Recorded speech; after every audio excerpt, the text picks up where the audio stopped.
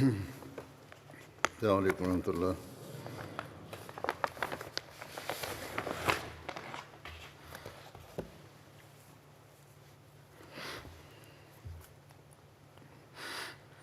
أشهد أن لا إله إلا الله وحده لا شريك له وأشهد أن محمدا عبده ورسوله أما بعد فأعوذ بالله من الشيطان الرجيم بسم الله الرحمن الرحيم الحمد لله رب العالمين الرحمن الرحيم مالك يوم الدين إياك نعبد وإياك نستعين اهدنا الصراط المستقيم صراط الذين أنعمت عليهم غير المغضوب عليهم ولا الضالين.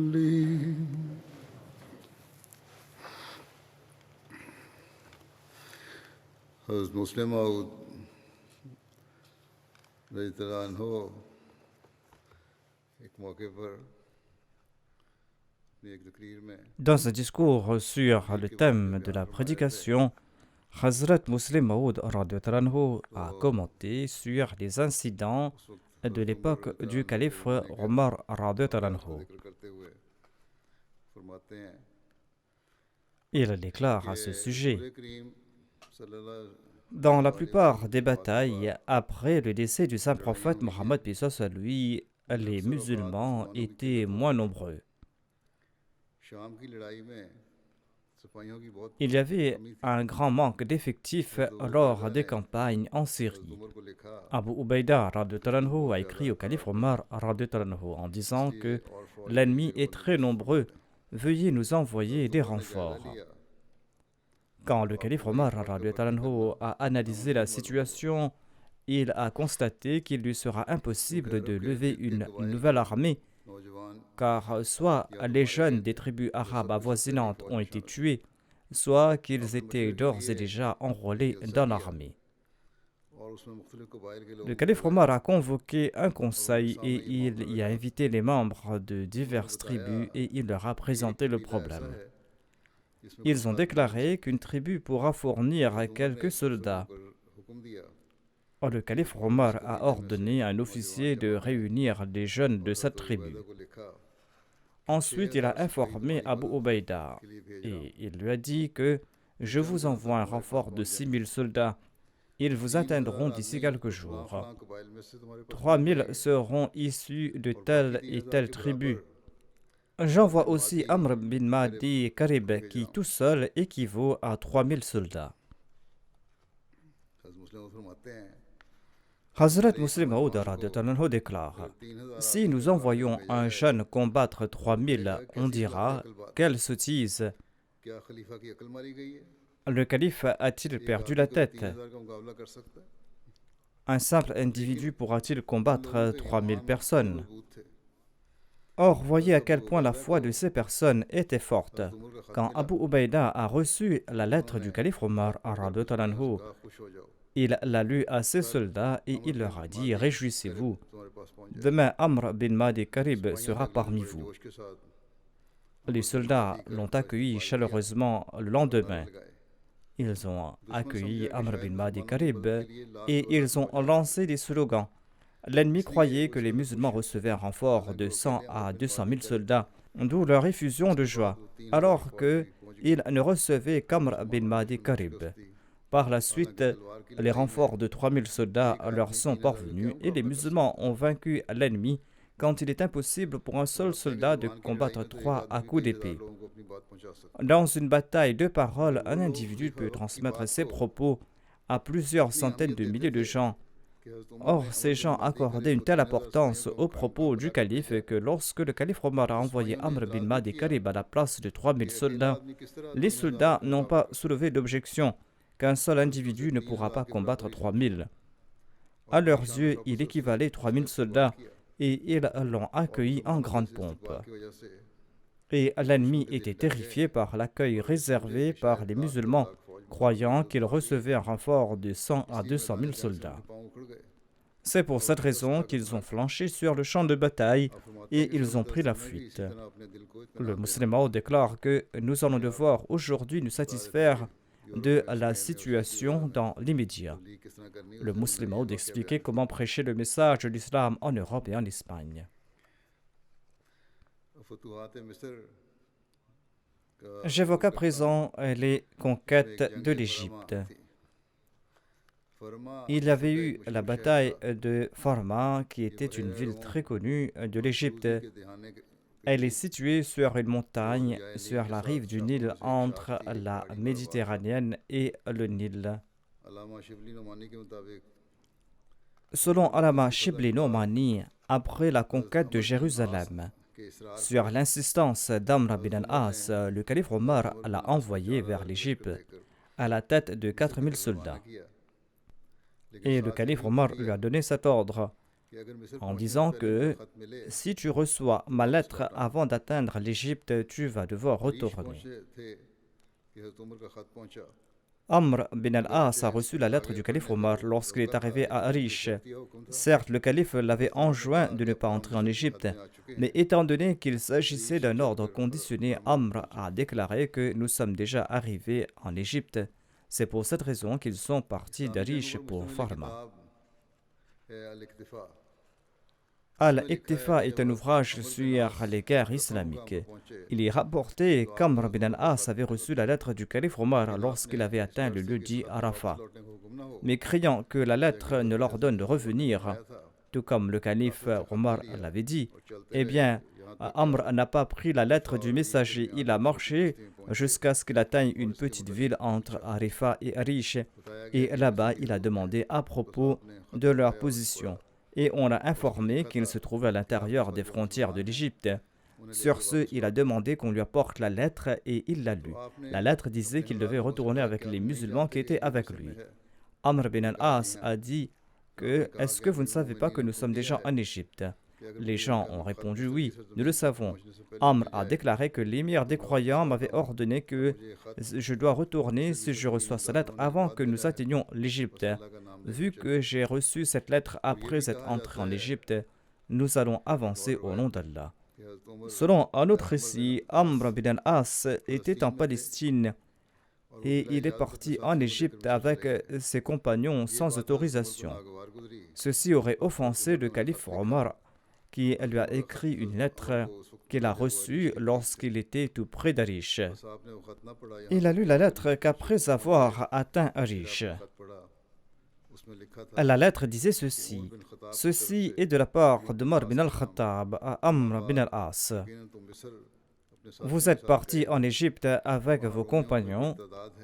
Il s'y trouve là-bas un grand nombre de Romains et vous êtes très peu nombreux. Par Omar, que Dieu vous bénisse. Il aurait été mieux si tu ne les avais pas pris avec toi. Rebroussez chemin si vous n'êtes pas encore arrivé en Égypte. Au cours de ce voyage, l'armée islamique n'a rencontré aucun soldat romain avant Farma. L'armée musulmane a été reçue par les Égyptiens à divers endroits et le premier affrontement a eu lieu à Farma. Les Romains ont reçu cette nouvelle. Ainsi donc, il existe divers récits à ce sujet, mais le récit le plus authentique semble être celui affirmant qu'Amr a reçu la lettre à Arish après avoir atteint les frontières de l'Égypte. Sinon, il n'est pas possible qu'Amr use de subterfuge en disant que nous ouvrirons la lettre lorsque nous serons déjà en Égypte. Étant donné qu'ils avaient déjà atteint l'Égypte, ils ont dû avancer car le croyant ne recule pas. Ainsi donc, les Romains ont appris que l'armée d'Amr était peu nombreuse et mal préparée et qu'elle ne pourrait pas tenir de longs sièges. Les Romains, quant à eux, étaient plus nombreux que les musulmans et ils étaient mieux préparés. Et ils pensaient pouvoir écraser aisément les musulmans. Sur ce, les Romains se sont retranchés dans leur ville. Amr bin al-As avait connaissance de la puissance militaire des Romains, notamment qu'ils étaient plus nombreux et mieux armés que les musulmans. Il a mis en place un plan pour prendre Farma en lançant une attaque surprise pour ouvrir les portes des remparts, où il souhaitait tenir le siège avec patience jusqu'à ce que la population soit à court de provisions et en ressort affamée. Les musulmans ont tenu le siège qui devenait de plus en plus dur et les Romains ne reculaient pas par entêtement. Ainsi donc, le siège a duré plusieurs mois. Parfois, des troupes romaines sortaient et se retiraient après quelques escarmouches. Dans ces affrontements, seuls les musulmans ont prévalu. Un jour, un groupe de forces romaines est sorti de la ville pour combattre les musulmans. Les musulmans ont remporté la bataille et les Romains ont été vaincus et se sont enfuis vers la ville. Les musulmans les ont poursuivis et étant plus rapides, certains ont atteint les portes avant que les Romains ne puissent les atteindre. Et les musulmans ont ouvert les portes de la ville et c'est ainsi qu'ils ont ouvert la porte au triomphe suprême.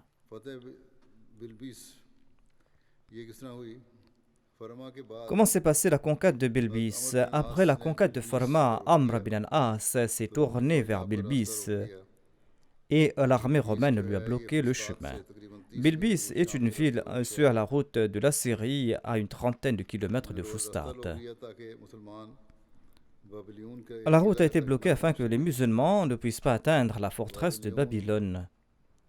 Babylone était le nom utilisé dans le langage ancien pour décrire la terre égyptienne.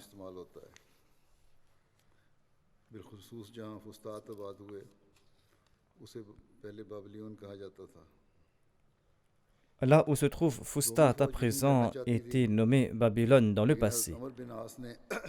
L'armée romaine voulait combattre là, mais Amr bin al-As leur a dit « Ne vous empressez pas jusqu'à ce que nous vous présentions ce que nous avons à dire pour qu'il n'y ait pas de doléances plus tard. » Amr bin al-As leur a dit « Envoyez-nous Abu Maryam comme ambassadeur. » Ainsi donc, les Romains n'ont pas livré bataille et ils ont envoyé les deux ambassadeurs. Ces deux ambassadeurs étaient des moines de Bilbis. Amr leur a proposé de se convertir à l'islam ou de payer la jizya. Et il avait aussi dit ce que le saint prophète Mohammed lui avait dit concernant le peuple de l'Égypte. Le saint prophète Mohammed lui avait déclaré « Vous allez conquérir l'Égypte. C'est un pays où la qira'a, une unité de mesure, est en usage. Quand vous allez conquérir l'Égypte, traitez ses habitants avec bonté, car vous avez des responsabilités envers eux et ils vous sont apparentés. » Ou il aurait dit que vous avez des responsabilités envers eux et vous avez les mêmes aïeux. Les deux ambassadeurs ont déclaré « Il s'agit d'une relation très éloignée, seuls les prophètes peuvent la respecter.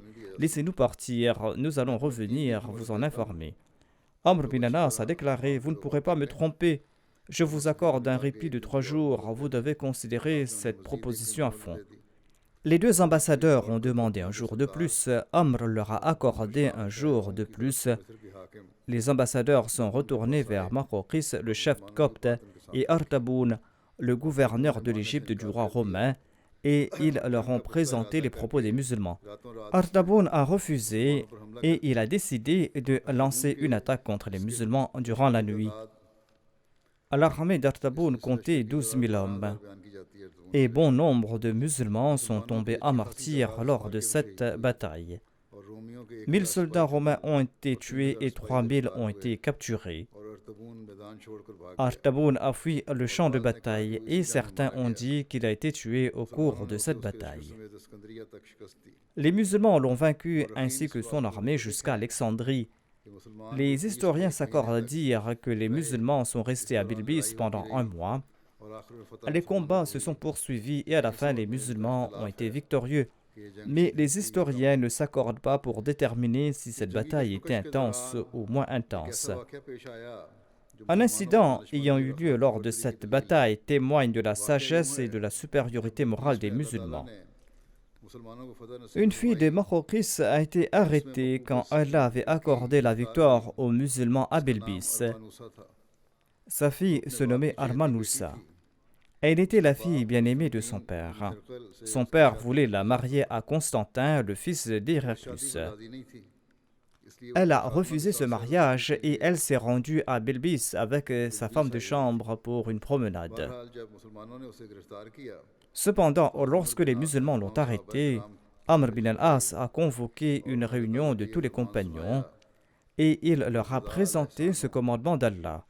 Hal jaza'ul ihsan illa al-ihsan. Hal jaza'ul ihsan illa al-ihsan. La récompense de la bienveillance peut-elle être autre chose que la bienveillance?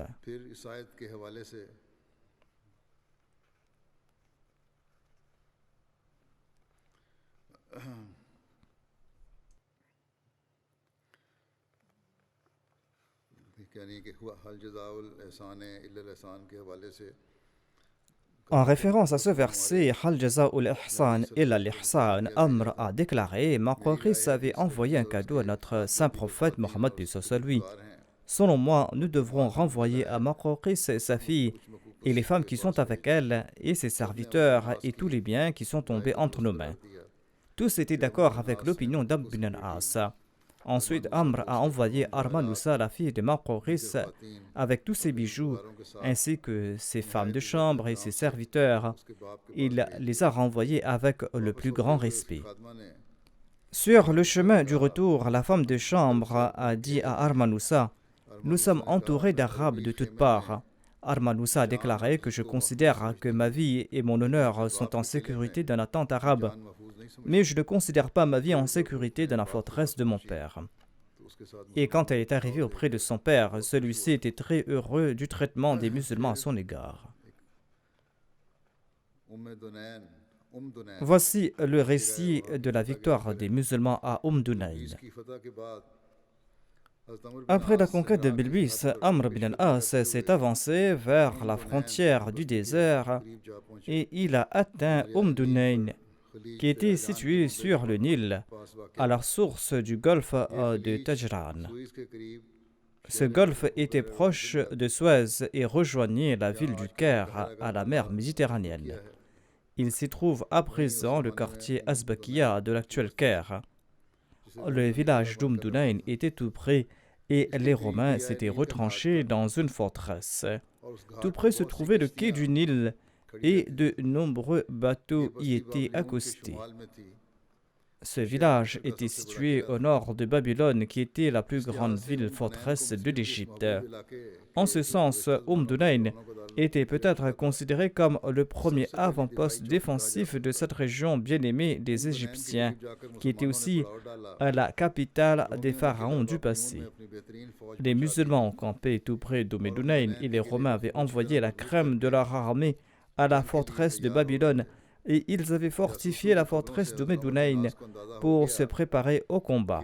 D'après les informations des espions, Amr bin al-As s'est rendu compte que son armée n'était pas suffisante pour conquérir ou assiéger la forteresse de Babylone. Il a envoyé une lettre à Médine par l'intermédiaire d'un messager dans laquelle il décrivait son voyage, l'état des forteresses en Égypte et le besoin de renforts pour les attaquer. Il a aussi informé son armée que les forces de secours allaient arriver bientôt. Il s'est rendu à Dunayn, il a assiégé et il a arrêté l'approvisionnement en nourriture et en fournitures militaires du fort. Les Romains de la forteresse de Babylone n'ont pas tenté de venir ici parce qu'ils avaient vu le destin d'Artaboun à Bilbis et ils savaient qu'ils ne pourraient pas combattre les Arabes en rase campagne.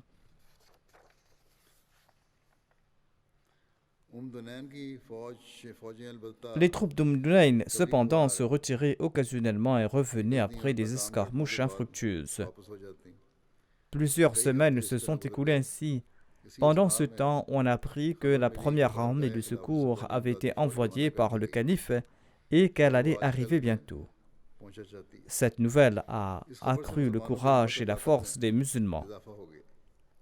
Le calife Omar a envoyé 4000 soldats pour aider l'armée musulmane en Égypte et il a nommé un émir sur chaque 1000 soldats.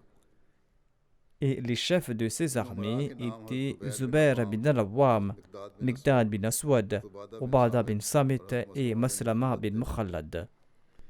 Selon un récit, Maslama bin Mukhalad avait été remplacé par Kharija bin Hudhafa.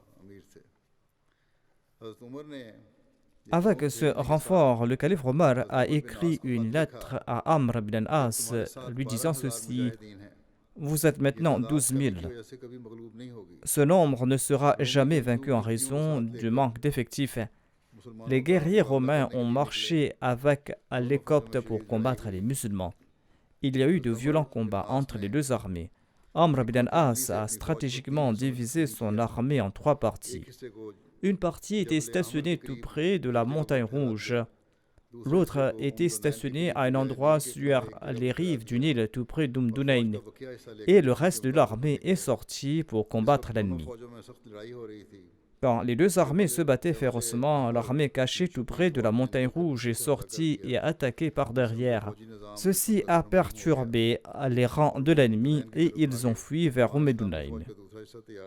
L'autre partie de l'armée islamique était prête là-bas et elle leur a bloqué le chemin. C'est ainsi que l'armée romaine a été prise entre les 3 armées des musulmans et a été vaincue. Voici le récit de diverses autres conquêtes. Après la conquête d'Umdunayn, Amr bin al-As a conquis la région de Fayoum en premier. Et le chef de cette région a été tué dans cette bataille.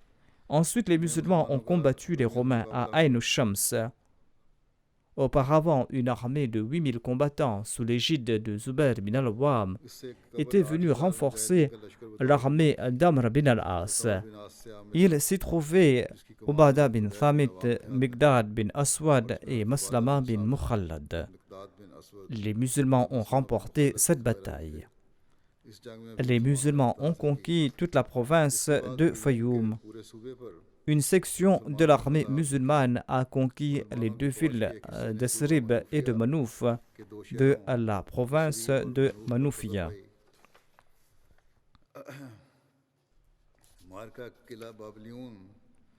Ceci est un récit sur la bataille de Babylone ou sur la conquête de Fustat. Après la conquête d'Umdunayn par Amr bin al-As, les musulmans ont marché vers la forteresse de Babylone et l'ont assiégée. Cette région s'appelle désormais Fustat. La raison en est que la tente se dit Fustat en arabe. Lorsqu'Amr bin al-As a ordonné de lever le camp après avoir conquis le fort, par hasard, une colombe avait fait son nid dans sa tente. Quand Amr bin al-As a vu cette colombe et son nid, il a ordonné que la tente soit laissée là. Et quand le calife Omar est revenu d'Alexandrie, il a fondé une ville tout près de la même tente. Et c'est pour cette raison que cette ville a été nommée Fustat. Le nombre de gardes du fort était estimé à 5 à 6 000 et ils étaient armés de la tête jusqu'aux pieds. Amr a assiégé la forteresse de Babylone. Il s'agissait d'une forteresse très solide après celle d'Alexandrie. Elle était construite en briques et elle était entourée par les eaux du Nil de tous les côtés. Elle était en fait située sur le Nil et les navires et les bateaux venaient aux portes du fort. Il s'agissait d'un lieu fort approprié pour les besoins administratifs de l'État. Les Arabes n'étaient pas équipés d'outils nécessaires pour attaquer ce bastion et ils n'étaient pas non plus prêts pour cela. Amr s'est d'abord préparé à l'assiéger. Makhawqis, le souverain de l'Égypte, avait atteint le fort avant Amr bin al-As et il organisait la bataille. Zubair a fait le tour du fossé à cheval et il a affecté un nombre approprié de cavaliers et de soldats là où cela était nécessaire. Le siège a duré 7 mois sans résulter en victoire ou défaite. Pendant ce temps, l'armée romaine sortait parfois du fort et se battait, mais se retirait ensuite. Makhawqis n'a cessé d'envoyer ses ambassadeurs à Amr bin al-As lors de cette période, soit pour se réconcilier, soit par intimidation. Amr bin al-As a envoyé Ubadah bin Thamit et n'a imposé que 3 conditions pour la réconciliation. Soit qu'il devait embrasser l'islam, ou payer la dizya, ou livrer bataille. Il a déclaré qu'aucune autre condition ne sera acceptée pour conclure de traité. Makhawqis a accepté de payer la dizya et il s'est rendu en personne chez Héraclus pour demander sa permission à cet égard. Mais Héraclus a refusé et il était très en colère contre Makhawqis et il l'a puni et il l'a envoyé en exil. Quand la conquête de Babylone retardait, Zubayr bin al-Awwam a déclaré « Je vais sacrifier ma vie dans la voie d'Allah et j'espère qu'Allah accordera la victoire aux musulmans par ce faire. » Ce disant, il a dégainé son épée et il a escaladé le mur de la forteresse à l'aide d'une échelle. Quelques autres compagnons l'ont également accompagné. Ils ont tous escaladé le mur et scandé le slogan, et en même temps toute l'armée a lancé le slogan secouant la terre du fort. Les chrétiens ont cru que les musulmans étaient entrés dans le fort, et ils se sont enfuis tout dépités. Zubayr est descendu du mur, et il a ouvert la porte du fort, et toute l'armée est entrée et a combattu et a conquis le fort. Amr bin al-As a garanti leur sécurité à condition que l'armée romaine parte avec quelques jours de provisions et ne touche pas aux stocks et aux armes de la forteresse de Babylone, car elles étaient les butins des musulmans. Par la suite, Amr bin al-As a détruit les dômes de la forteresse de Babylone et les hauts murs et les forts. Après la conquête de la forteresse de Babylone, l'armée islamique a conquis d'autres régions et d'autres forts en Égypte. Les plus notables sont Tarnout, Nakius, Sultaïs, Krioun et d'autres régions. Voici le récit de la conquête d'Alexandrie. Après la conquête de Fustat, le calife Omar a autorisé la conquête d'Alexandrie. Il y a eu une féroce bataille contre les Romains en Kirioun, entre Alexandrie et Fustat. Les musulmans ont été victorieux et il n'y a pas eu de confrontation avec les Romains jusqu'à Alexandrie.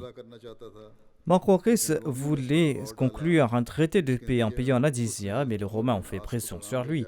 Suite à quoi, Makhawqis a envoyé un message à Amr bin al-As que lui et les Coptes n'étaient pas impliqués dans cette bataille et qu'il ne fallait donc pas les toucher. Les Coptes n'étaient pas impliqués dans cette bataille. Ils se sont rangés du côté de l'armée islamique, ouvrant la voie aux musulmans et en réparant les ponts. Et pendant le siège d'Alexandrie, les Coptes ont continué à approvisionner les musulmans.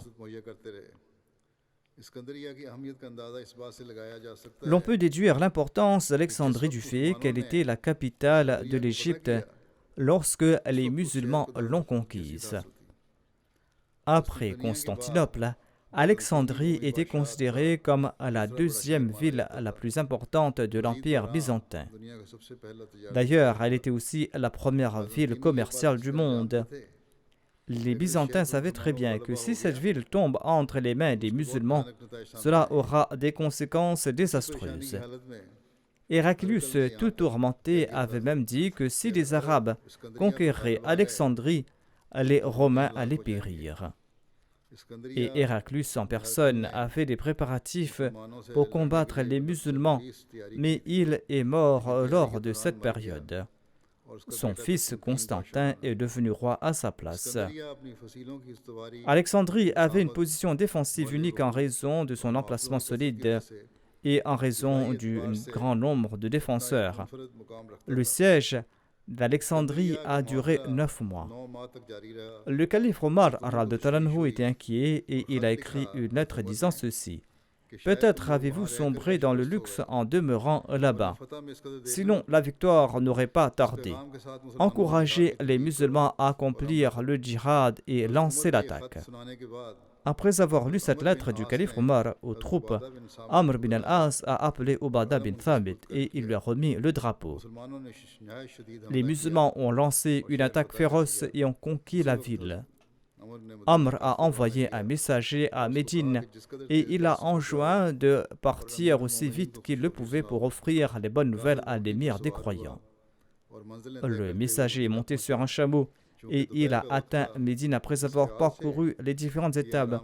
Ayant atteint Médine à midi et pensant que c'était l'heure de la sieste, il s'est rendu directement à la mosquée du prophète avant de partir voir le calife. Par coïncidence, le domestique du calife Omar est passé par là et lui a demandé d'où il venait et qui il était. Le messager a dit que je viens d'Alexandrie. La domestique est allée annoncer la nouvelle au calife et elle est retournée dire au messager: l'émir des croyants vous appelle. Le calife s'apprêtait à marcher sans attendre et il maniait son manteau. Lorsque le messager est arrivé, en entendant la bonne nouvelle de la victoire, le calife Omar est tombé à terre et il s'est prosterné en action de grâce. Il s'est rendu à la mosquée et il a annoncé as-Salat al-Jarmiya. En entendant cela, l'ensemble de Médine s'est présenté. Le messager a décrit les conditions de la victoire devant tout le monde. Le messager s'est rendu chez le calife pour un repas et le calife lui a demandé pourquoi est-ce que tu n'étais pas venu directement. Le messager a dit: je pensais que vous étiez en train de vous reposer. Le calife lui a demandé: pourquoi as-tu pensé cela de moi? Si je dors pendant la journée, qui va porter le fardeau du califat? Toute l'Égypte a été conquise après la conquête d'Alexandrie. Beaucoup ont été faits prisonniers lors de ces batailles. Le calife Omar a écrit à Amr à ce propos et il lui a dit que invite tous les prisonniers et dis-leur qu'ils ont la possibilité d'embrasser l'islam ou de s'en tenir à leur religion. S'ils se convertissent à l'islam, ils auront tous les droits des musulmans. Sinon, ils devront payer la jizya qui sera prélevée sur tous les ennemis. Lorsque cet édit du calife a été présenté aux prisonniers, beaucoup parmi eux se sont convertis à l'islam et beaucoup sont restés fidèles à leur religion. Et lorsqu'une personne professait sa foi en islam, les musulmans scandaient Allah Akbar. Et lorsqu'une personne annonçait sa foi dans le christianisme, tous les chrétiens lui présentaient leurs félicitations et les musulmans s'affligeaient. Certains orientalistes ont fait grand bruit à propos de l'incendie de la bibliothèque d'Alexandrie. Mais quelle en était la réalité? Les opposants, en particulier les écrivains chrétiens, prétendent que le calife Omar aurait ordonné l'incendie de la grande bibliothèque d'Alexandrie. Ils ont tenté de créer l'impression que les musulmans étaient à ce point opposés au savoir qu'ils ont mis le feu à une si grande bibliothèque à Alexandrie, et cette bibliothèque a duré pendant 6 mois. Or, la logique et les faits démontrent que ces accusations sont un tissu de mensonges. Le saint prophète Mohammed lui avait en effet dit à sa nation que la quête de la connaissance est un devoir incombant à tout musulman. Et le saint prophète Mohammed lui avait aussi enjoint aux musulmans: cherchez la connaissance même si vous devez partir en Chine. Il existe d'ailleurs des dizaines de règles et de versets dans le Saint-Coran encourageant la quête de la connaissance et de la contemplation. Ainsi donc, accuser les musulmans d'avoir brûlé des bibliothèques est contraire au principe de la raison et des faits. De plus, de nombreux érudits, y compris des chrétiens et des Européens, ont rejeté ce récit et ont prouvé que l'histoire de l'incendie de la bibliothèque d'Alexandrie était une invention et un mensonge. Mohammad Reza, un érudit égyptien, mentionne cet incident dans son ouvrage Sira Omar Farouk. Il déclare: l'accusation de l'incendie à Alexandrie a été mentionnée par Abul Faraj Malati. Il en a fait mention dans un petit livre d'histoire. Cet historien est né en l'an 1226 après Jésus-Christ et il est décédé en l'an 1286 après Jésus-Christ. Il écrit qu'au moment de la conquête, un certain Jean-Baptiste ou Yohanna an-Nahwi, qui était un prêtre copte et qui était connu parmi les musulmans sous le nom de Yahya, appartenait à la communauté chrétienne des Jacobites et il s'est ensuite converti à la doctrine chrétienne de la Trinité. Il avait demandé à Amr bin al-As des ouvrages de médecine du trésor du royaume. Amr bin al-As a répondu « Je pourrais dire quelque chose à ce propos après avoir demandé permission au calife Omar. » Il s'agit en fait d'une histoire fabriquée de toutes pièces, mais je cite cela à nouveau pour réfuter cette objection. Le calife Omar a répondu « Si le contenu des livres que vous avez mentionnés est conforme au livre d'Allah, alors ce qui est dans le livre d'Allah nous suffit et nous n'avons pas besoin de ces autres ouvrages. Si le contenu de ces ouvrages est contraire au livre d'Allah, en ce cas, nous n'aurons même pas besoin de ces livres, ainsi donc vous devriez vous en débarrasser. »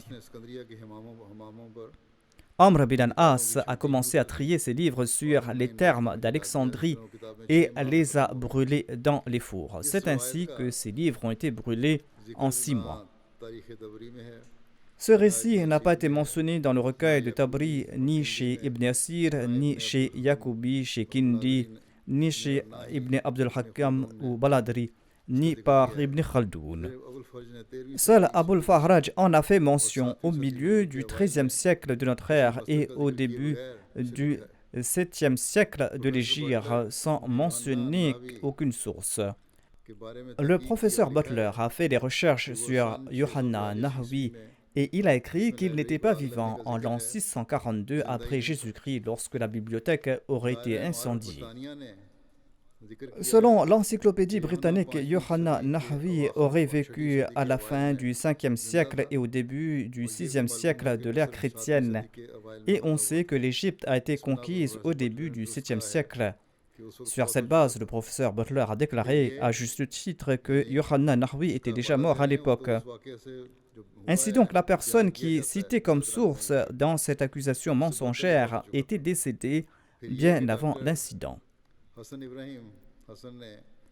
Le docteur Hassan Ibrahim Hassan a écrit dans son livre Tarikh Amr bin al-As sur l'autorité du professeur Ismaël que les livres de la bibliothèque d'Alexandrie n'existaient même pas car les armées de Jules César avaient brûlé involontairement et sans raison une des 2 parties de cette grande bibliothèque en l'an 47 avant Jésus-Christ.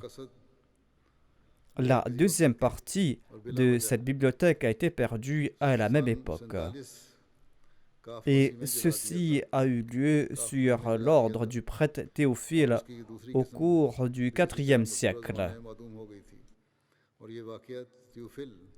Le professeur Butler a écrit que l'histoire d'Abul Faraj est tout simplement farfelue et risible. On aurait pu brûler ces livres une seule fois et en peu de temps. Et s'ils étaient brûlés en 6 mois, beaucoup d'entre eux pourraient être volés. Les Arabes ne sont pas connus pour avoir détruit quoi que ce soit, dit le professeur Butler. Gibbon écrit lui-même que les enseignements islamiques s'opposent à cette tradition.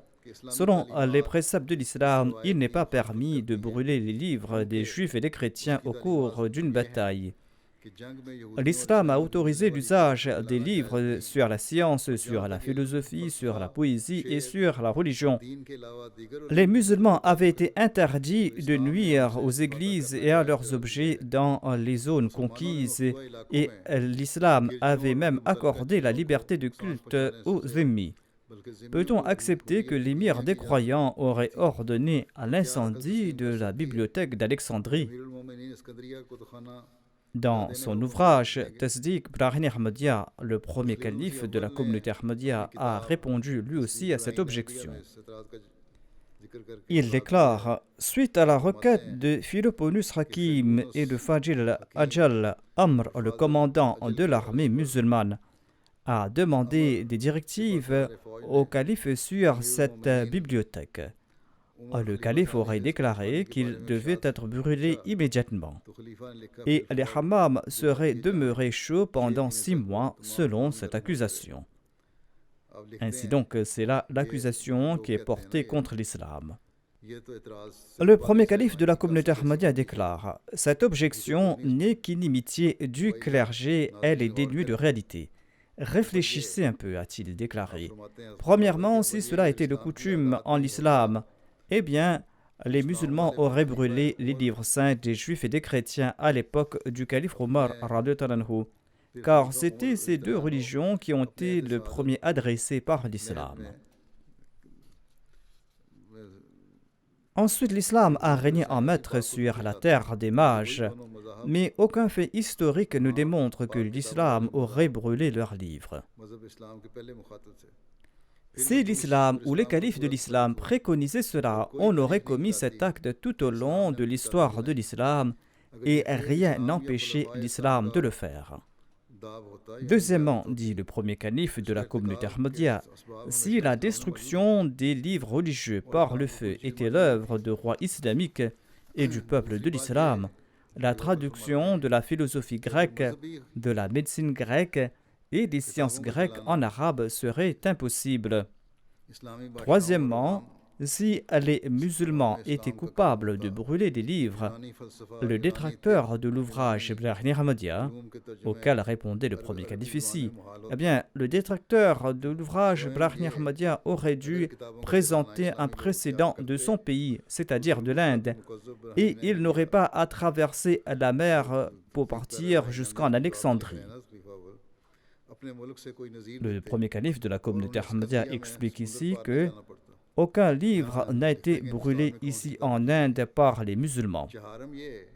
Quatrièmement, l'islam a gouverné l'Inde pendant plus de 700 ans, période pendant laquelle la Bhagavad Gita, le Ramayana et le Gita et la Mahabharata et d'autres ouvrages de l'hindouisme, à l'instar de Lingpran et de Markandi, d'autres ouvrages célèbres, sont toujours jusqu'aujourd'hui des livres qui ont le statut d'ouvrages religieux et saints. On n'a jamais entendu parler de la destruction de ces ouvrages par le feu. Au contraire, certains ont été traduits. On se demande d'où ces hindous ont déduit que les musulmans brûlent leurs livres. Soyez juste dans vos jugements. Le Maulana Abdul Karim Saheb a également écrit une note en réponse à cette objection dans l'ouvrage Tasdiq Brahni Ahmadiyya. Il déclare que cette accusation était portée contre les musulmans jusqu'à ce que l'incident fasse l'objet d'une enquête et que les véritables circonstances soient révélées. À présent, très peu de savants justes portent cette accusation mensongère contre les musulmans. Cette accusation était principalement basée sur des préjugés ou sur l'ignorance, et l'accusateur n'avait aucune preuve authentique à cet égard. Les deux historiens qui ont raconté cette histoire sont nés 580 ans après cet incident et ils ne disposaient pas de sources authentiques. Saint-Carrier, qui a écrit de nombreux ouvrages lors de ses recherches sur la bibliothèque d'Alexandrie, a complètement réfuté ce récit. Et l'on sait que ces ouvrages ont été brûlés lors de la bataille de Jules César. Plutarque a écrit dans son ouvrage « La vie de César » que Jules César a mis le feu à ses navires de peur que ces navires ne tombent entre les mains de l'ennemi. Et le feu s'est propagé au point où il a incendié cette célèbre bibliothèque d'Alexandrie. Hayden, dans son ouvrage « Dictionary of Dates Relating to All Ages », déclare que ce récit est faux et démontre par son enquête que cette histoire est très douteuse. Les musulmans n'acceptent pas que le calife Omar aurait déclaré que si ces livres contiennent des préceptes contraires à l'islam, ils doivent être brûlés. Certains ont attribué cette parole à l'évêque Théophile d'Alexandrie en l'an 391 après Jésus-Christ et certains l'ont attribué au cardinal Ximénez de l'an 1500 après Jésus-Christ.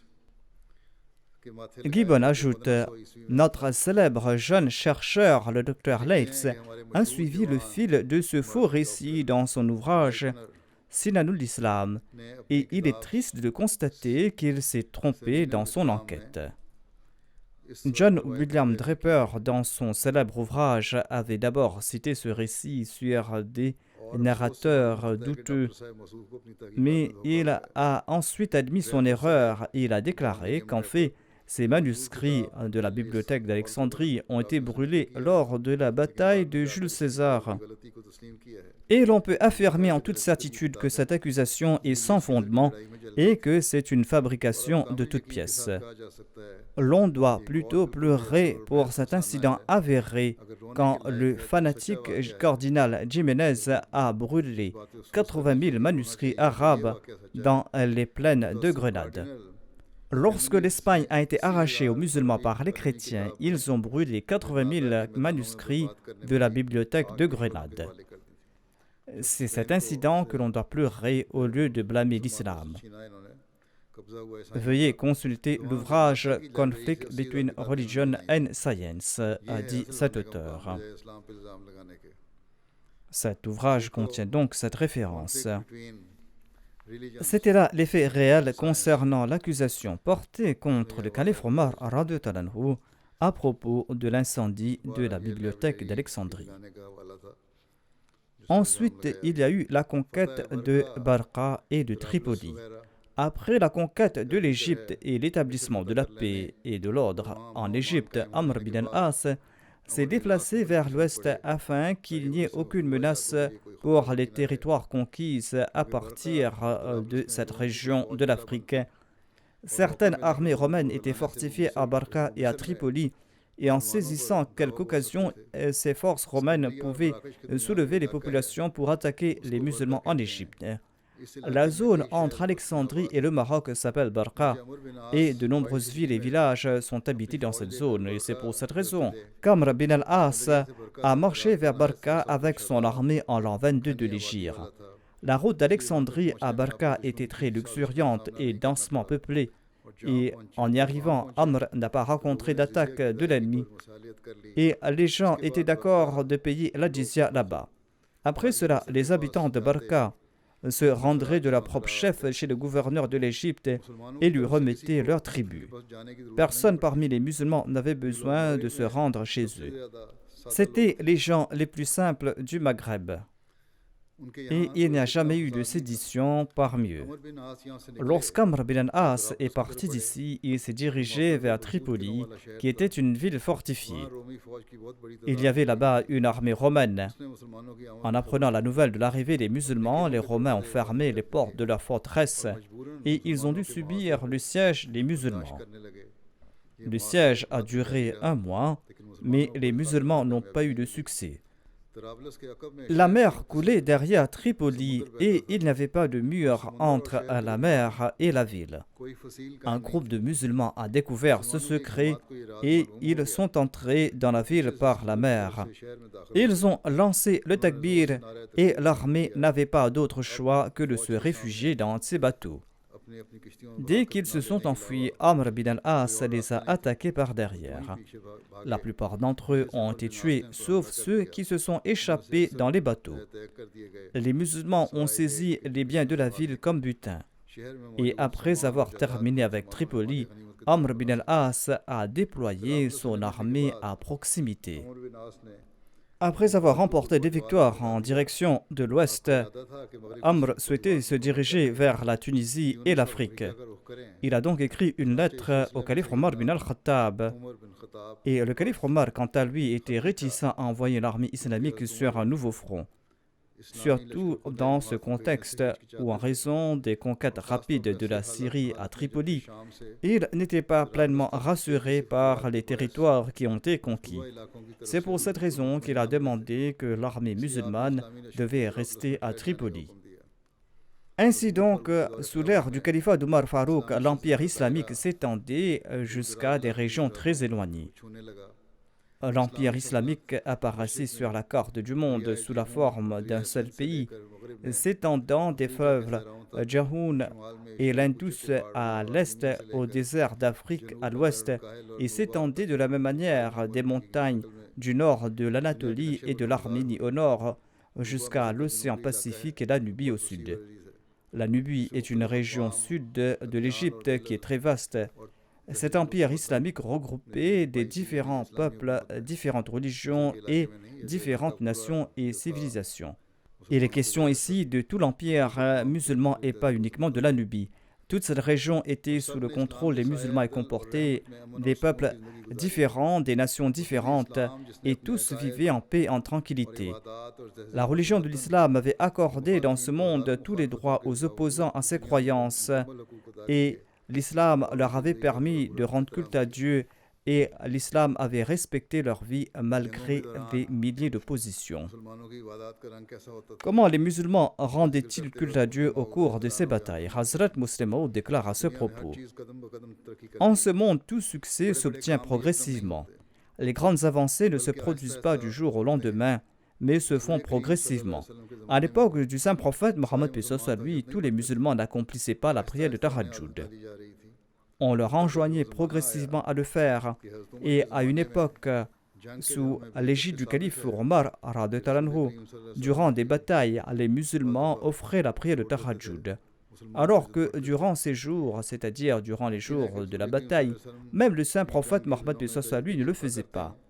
Il est possible que le saint prophète se réveille pour la prière de Tahajjud durant les jours de bataille, mais il existe aussi des récits démontrant qu'il ne le faisait pas durant les jours de la bataille. Mais à l'époque du calife Omar, les musulmans accomplissaient la prière de Tahajjud au cours des batailles. Une fois, Héraclius a décidé d'attaquer les musulmans au cours de la nuit. Il y a eu un débat à ce sujet. Finalement, ils ont décidé de ne pas attaquer les musulmans durant la nuit parce qu'ils ne dorment pas, mais qu'ils accomplissent la prière de Tahajjud. C'est un signe du progrès qu'on n'avait pas vu au départ. Au début, le saint prophète avait besoin d'encourager les musulmans pour le faire, mais petit à petit, ils ont eu l'habitude de le faire. Hazrat Muslim Maud a évoqué les batailles menées à l'époque des califes bien guidés. Il déclare que l'islam n'autorise pas uniquement les combats, mais enjoint aussi le fait de tolérer les oppressions dans certains cas. Ainsi, Allah autorise de gifler en retour à une personne qui vous gifle. Mais l'islam nous a aussi enseigné que si la réplique va à l'encontre de votre intérêt, vous devez garder le silence et ne pas répondre au mal par le mal. L'argument qui est généralement avancé à ce propos défend contre l'accusation lancée par l'ennemi contre Abu Bakr, Omar et Othman. Nous savons que ce n'est pas Abu Bakr qui a attaqué, mais c'était César qui l'avait fait. Ce n'était pas Omar qui avait initié les combats, mais c'était Khosroes qui l'avait fait. Ce n'était pas Osman qui l'avait fait, mais c'était les tribus et les Kurdes qui habitaient la frontière de l'Afghanistan et de Bukharia. Mais il n'y a pas d'explication pourquoi Abu Bakr, pourquoi Omar et Osman n'avaient pas pardonné ces personnes. Lorsqu'ils sont sortis pour combattre, ils auraient pu dire à César que son armée avait commis une erreur et que si son État présente des excuses, eh bien ils seront pardonnés et qu'ils ne vont pas livrer bataille. Ils n'ont pas dit à César que toi, une partie de ton armée avait commis des exactions et que on nous enseigne de pardonner notre ennemi. Et si vous nous présentez des excuses, nous sommes prêts à vous pardonner. Hazrat Muslim Maud déclare au contraire, lorsqu'ils ont commis des atrocités contre les musulmans, eh bien les musulmans se sont préparés pour la bataille et ils ont livré bataille. Lorsque les soldats de Khosroes ont attaqué la frontière irakienne, alors, d'un point de vue politique, le combat entre les compagnons et les soldats de Khosroes était tout à fait légitime. Mais d'un point de vue moral, Omar aurait pu dire à Khosroes, il est possible que tu n'aies pas ordonné ce combat et que les soldats aient attaqué de leur propre chef et que nous sommes prêts à ignorer cette attaque à condition que vous présentiez vos excuses et à condition que vous présentiez vos remords. Mais ils ne l'ont pas fait. De même, à son époque, Othman n'a pas dit à ses ennemis que vous avez commis des atrocités, mais étant donné que la religion nous enseigne le pardon, c'est pour cette raison que nous vous pardonnons. Au contraire, il s'est préparé pour le combat et il a envoyé ses troupes. Quelle en était la raison? Hazrat Muslim Maud explique: si nous réfléchissons à ce propos, nous allons constater que Abu Bakr savait que Chaque fois que la menace extérieure sera moindre, les émeutes internes vont éclater. Ils savaient très bien que ce n'était pas César, mais c'était Dieu qui avait lancé cette attaque afin que, à travers cette épreuve, les musulmans se concentrent sur leurs réformes et afin qu'ils puissent apporter en eux des changements et une nouvelle existence. Omar savait très bien que ce n'était pas Khosroes qui avait lancé l'attaque, mais c'était bien Dieu, afin que les musulmans ne deviennent pas paresseux et négligents et ne tombent pas dans les affaires de ce monde, mais afin qu'ils soient sur leur garde et vigilants. Osman savait que certaines tribus n'avaient pas attaqué les musulmans, mais que c'était Dieu qui avait lancé cette attaque afin que les musulmans soient sur leur garde et afin qu'ils fassent naître en eux un nouvel esprit et une nouvelle vie. Hazrat Muslim Maud avait mentionné cela dans un de ses sermons. Par la suite, le Muslim Maud avait conseillé la communauté. Il faut parfois passer par des épreuves, des tribulations, afin de pouvoir progresser, afin de pouvoir accomplir ce progrès spirituel. Si nous n'oublions pas ce principe aujourd'hui, face aux épreuves et face aux tribulations, il faut comprendre que ces épreuves sont un moyen pour nous rapprocher de Dieu et c'est cela qui va nous mener vers la victoire. Si en prenant peur, nous restons en arrière et nous ne nous concentrons pas sur notre réforme, eh bien nous n'allons pas accomplir de progrès. Même si nous progressons et que ces épreuves prennent fin, nous devons toujours maintenir notre relation avec Dieu. Et ces jours-ci, nous devons nous tourner davantage vers Dieu et nous devons nous concentrer sur notre progrès spirituel. Le Muslim Maud déclare que si nous ne comprenons pas ce point, eh bien, nous n'avons rien compris. Et tout Ahmadi doit comprendre ce point aujourd'hui.